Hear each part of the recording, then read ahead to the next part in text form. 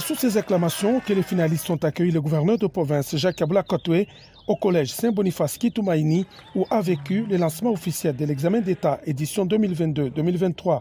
Le gouverneur Jacques Aboula a déjà fait du secteur de l'éducation l'une de ses plus grandes priorités. C'est ce qui ressort du mot prononcé par le directeur provincial de l'EPST au Katanga 1. Excellence, Monsieur le gouverneur, depuis votre accession à la tête de cette province, vous vous êtes approprié de la question de l'éducation, et cela à travers plusieurs initiatives, notamment en offrant de bourses aux élèves finalistes, construisant et réhabilitant des écoles.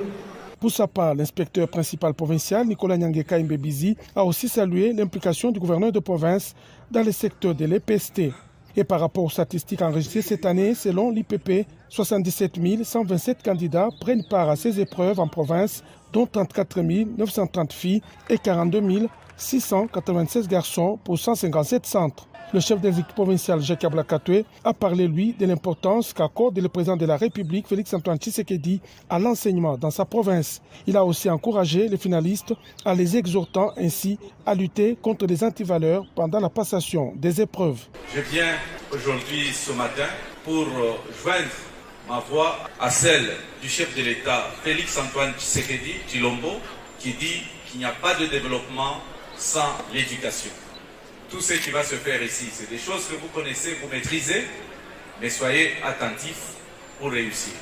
La société a besoin de vous, je suis très sûr. C'est vrai qu'il y a plusieurs écoles, mais en général, vous avez l'habitude de faire 100%. Première épreuve, c'est aujourd'hui. Première antivaleur, c'est la tricherie. Donc, n'hésitez pas à cette antivaleur, travaillez comme il se doit, on a besoin de vous voir réussir. Ensuite est venue l'ouverture de la malle contenant les items et leur distribution symbolique par le gouverneur de province Jacques Aboula Katoué aux candidats finalistes qui devront affronter en ce premier jour la culture générale. Plusieurs autres autorités politico-administratives, notamment la ministre provinciale de l'Éducation et le maire de Lubumbashi, se sont jointes au chef de l'exécutif provincial pour le lancement de cette édition de l'Exéta qui va durer 4 jours.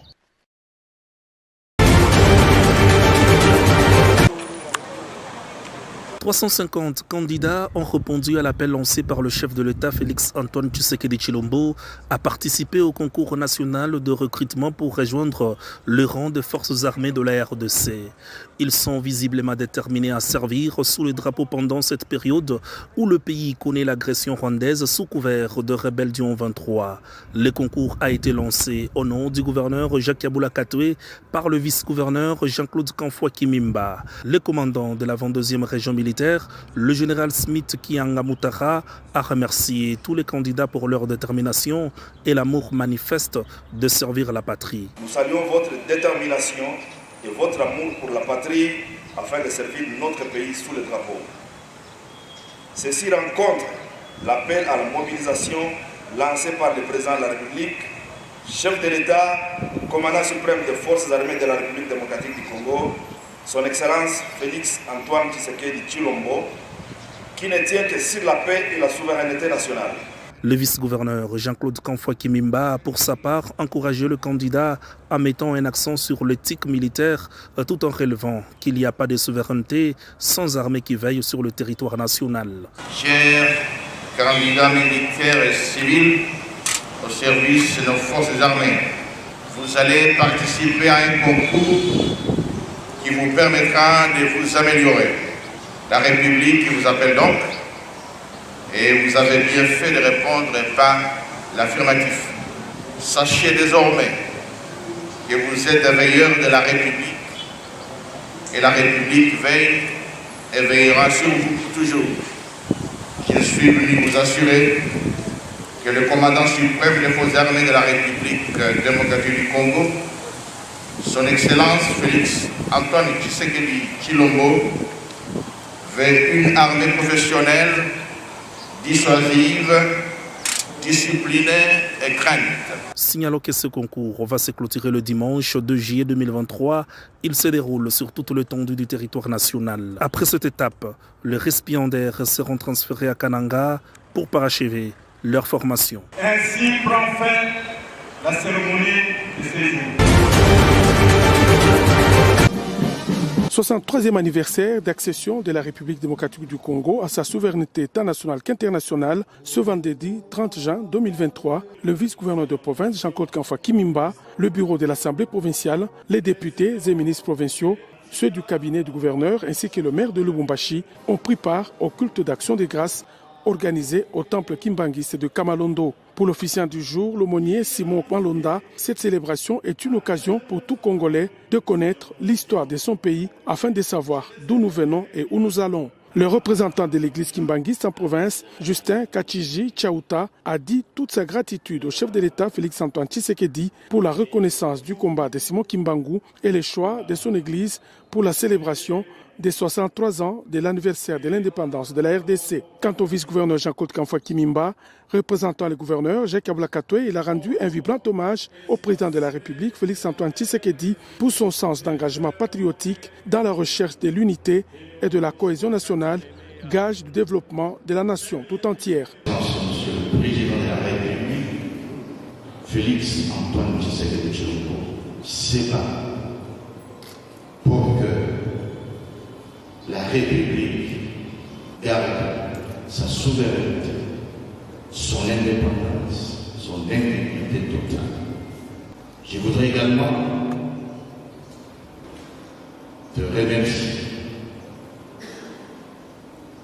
Papa Simon Kimba, pour tous les efforts qu'il a consentis pour que l'homme africain, et dis, l'homme noir tout soit libéré. Au nom de son Excellence, Monsieur le gouverneur de province, bonne fête à tous. C'est par une prière en faveur du pays, ces dirigeants, prière dite par les représentants de l'église Kimbangiste en province, qu'a pris fin les cultes d'action des grâces de la fête de l'indépendance du Congo démocratique. Nous avons été chargés d'une mission pour nous déployer dans la province de Okatanga et la province de Lomami pour superviser les opérations de réception et traitement des candidatures des députés nationaux au niveau des provinces. Et la courtoisie élémentaire demande qu'avant que nous nous mettions au boulot, nous puissions d'abord transmettre nos civilités à l'autorité établie. C'est la raison pour laquelle nous sommes déplacés, pour voir l'autorité, pour lui tenir informé de notre présence sur place, et puis tenir également informé de ce que nous allons réaliser sur place, sur le terrain, et avoir sa bénédiction avant de nous mettre au boulot.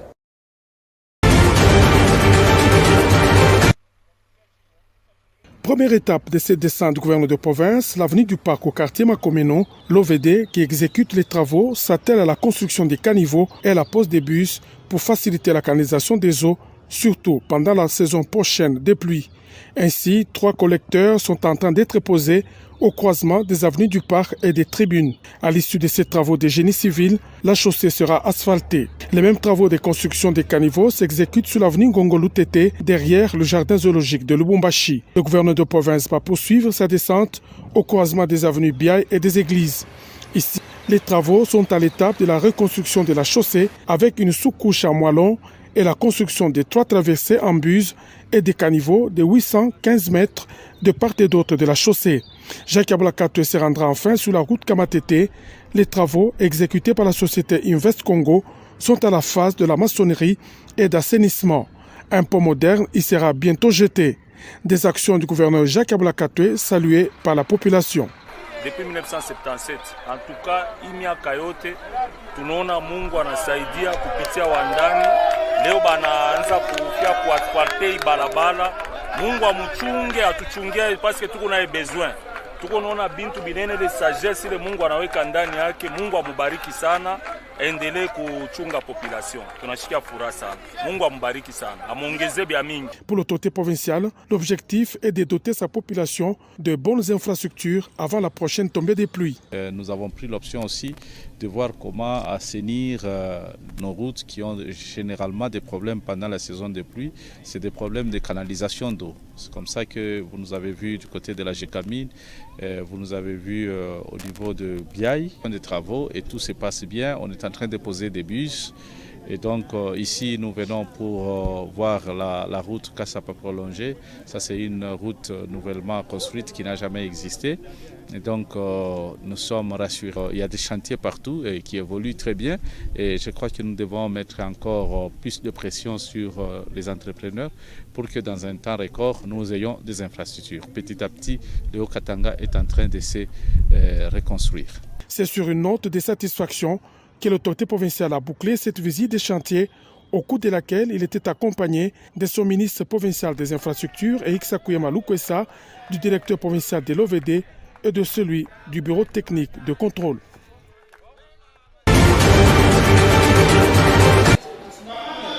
Célébrée le 23 juin de chaque année, la journée internationale de la femme veuve a été décalée et commémorée ce jeudi 29 juin 2023. Dans une salle atomium remplie de femmes veuves des différentes confessions religieuses et associations, la ministre provinciale du genre, famille et enfants, Gisèle Ngunga-Sangwa, a encouragé ces femmes marginalisées et les a interpellées à pouvoir créer des petits projets pour leur survie. Et la vision de son Excellence, Monsieur le gouverneur de province, qui voudrait que les femmes vulnérables puissent être autonomes économiquement. En tout cas, nous nous attendons à voir des milliers de femmes qui deviennent économiquement autonomes par l'appui du gouvernement provincial du Haut-Katanga. Juste après, il s'ensuivra une séance d'information et de sensibilisation sur la gestion financière. Le premier formateur, Albert Kalonji, s'est apaisanti sur l'éducation financière et l'élaboration des petits budgets. La seconde oratrice s'est focalisée sur comment épargner. Ceux des exposés seront suivis d'un jeu de questions-réponses. Satisfaite de la tenue de cette commémoration, la patronne du genre famille et enfants dans le Haut-Katanga a remercié le gouverneur Jacques Kiaboula Katoué pour son soutien financier. Le message, c'est le message de remerciement. Les mamans sont très touchées de voir que le gouverneur de province a mis l'accent sur ces femmes souvent qui sont délaissées. Elles ne sont pas prises en compte dans plusieurs activités que nous organisons. Alors elles sont vraiment très reconnaissantes et elles espèrent qu'il y aura une autre formation avec d'autres mamans pour que l'impact soit visible et positif. Notons que la ministre provinciale du genre a remis aux femmes veuves présentes un pagne don du gouvernement provincial. L'une des bénéficiaires s'est réjouie. Hii tunafanya antukua Mungu anakubariki sana. Chie ba mama ba confession tunakupenda sana, tunakusoutenir parce que unafanya acte mzuri. Cette célébration de la femme veuve a été patronnée par le gouverneur Jacques Kiaboula Katoué.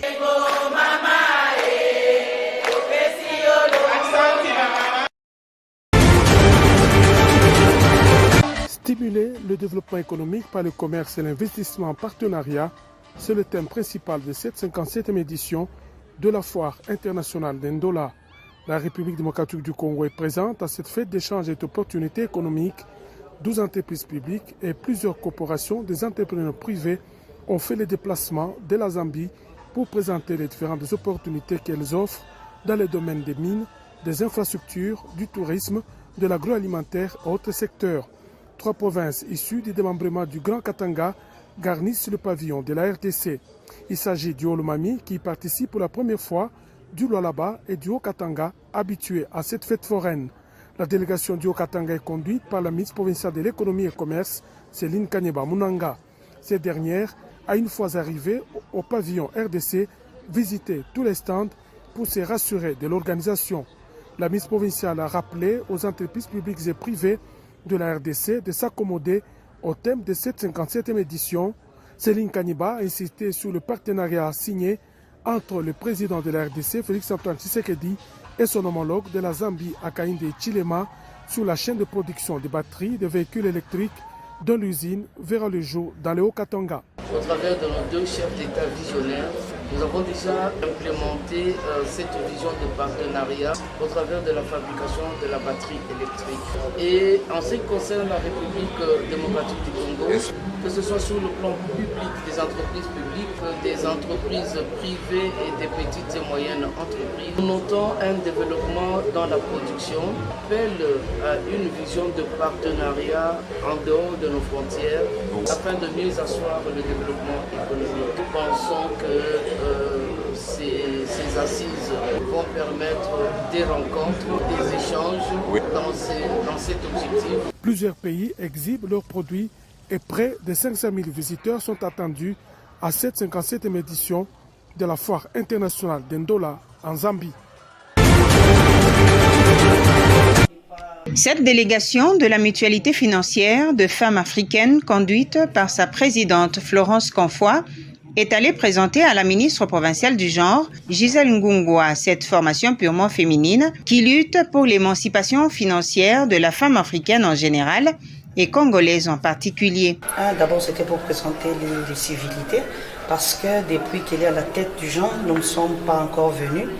C'était la première des choses. Et la deuxième des choses, c'était aussi la féliciter. Nous sommes vraiment contentes qu'elle soit là où elle est. Ça va faire bientôt 2 ans, si pas 2 ans et plus, que nous sommes en train de travailler dessus. Et parce que nous savons que bientôt là, nous allons éclore. Ça signifie que notre institution va devoir fonctionner. C'est ainsi que nous sommes venus aussi lui parler de ça pour qu'elle soit au courant officiellement que nous existons, de peur que ce jour-là, elle puisse être prise à pied levé. Elle est très très contente. En tout cas, c'est vraiment la première. Vous savez, ici chez nous au Congo, voir les femmes qui se mettent ensemble pour mettre sur pied une société, c'est toujours un problème. Souvent, on a toujours dit que les femmes ne peuvent pas construire. Elle a été très très ravie et d'ailleurs, elle nous a même félicité. Elle nous a demandé d'aller de l'avant. Elle a même souscrit. Donc, elle est avec nous. Elle nous a boosté. Elle nous a demandé ce que nous fassions vite. Elle veut que d'ici là, nous puissions franchement commencer maintenant le travail proprement dit. Sinon, elle est ravie. Par la suite, la ministre provinciale du genre, femmes, familles et enfants, Gisèle Ngungwa, a eu un échange avec la délégation du barreau de Lubumbashi avec à sa tête le bâtonnier Jean-Paul Kitenge. Cette dernière a été félicitée l'une des siens, élevée au rang de ministre provinciale au sein du gouvernement Kiabula.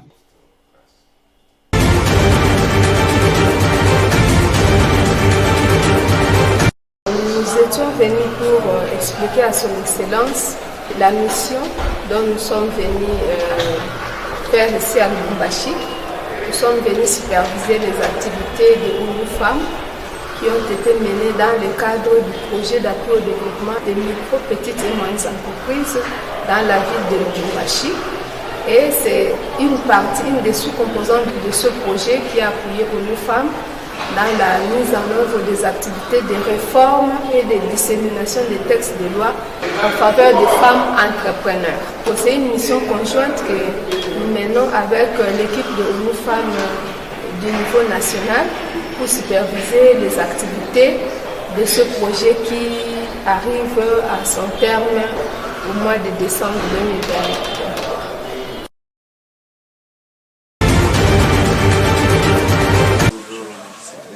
Le ministère de la Santé nous a reçus aujourd'hui avec grand plaisir pour nous permettre de venir vraiment effleurer et voir si nous ne pouvons pas mettre un essai clinique pour une nouvelle formulation pour anti-malaria ici à Lubumbashi. Donc en ce moment, à cause de la résistance qui est en train de monter, nous sommes en train de travailler sur de nouveaux médicaments. La République démocratique du Congo a été choisie, et précisément Lubumbashi, pour vraiment vérifier ce nouveau médicament qui arrive, qui a été déjà testé dans d'autres pays en Afrique. Donc c'est une continuation du projet, mais ce serait important qu'on teste un peu partout en Afrique pour voir vraiment justement des patients qui ont la malaria, que le médicament fonctionne très bien dans toutes les populations avant que ce médicament soit licencié.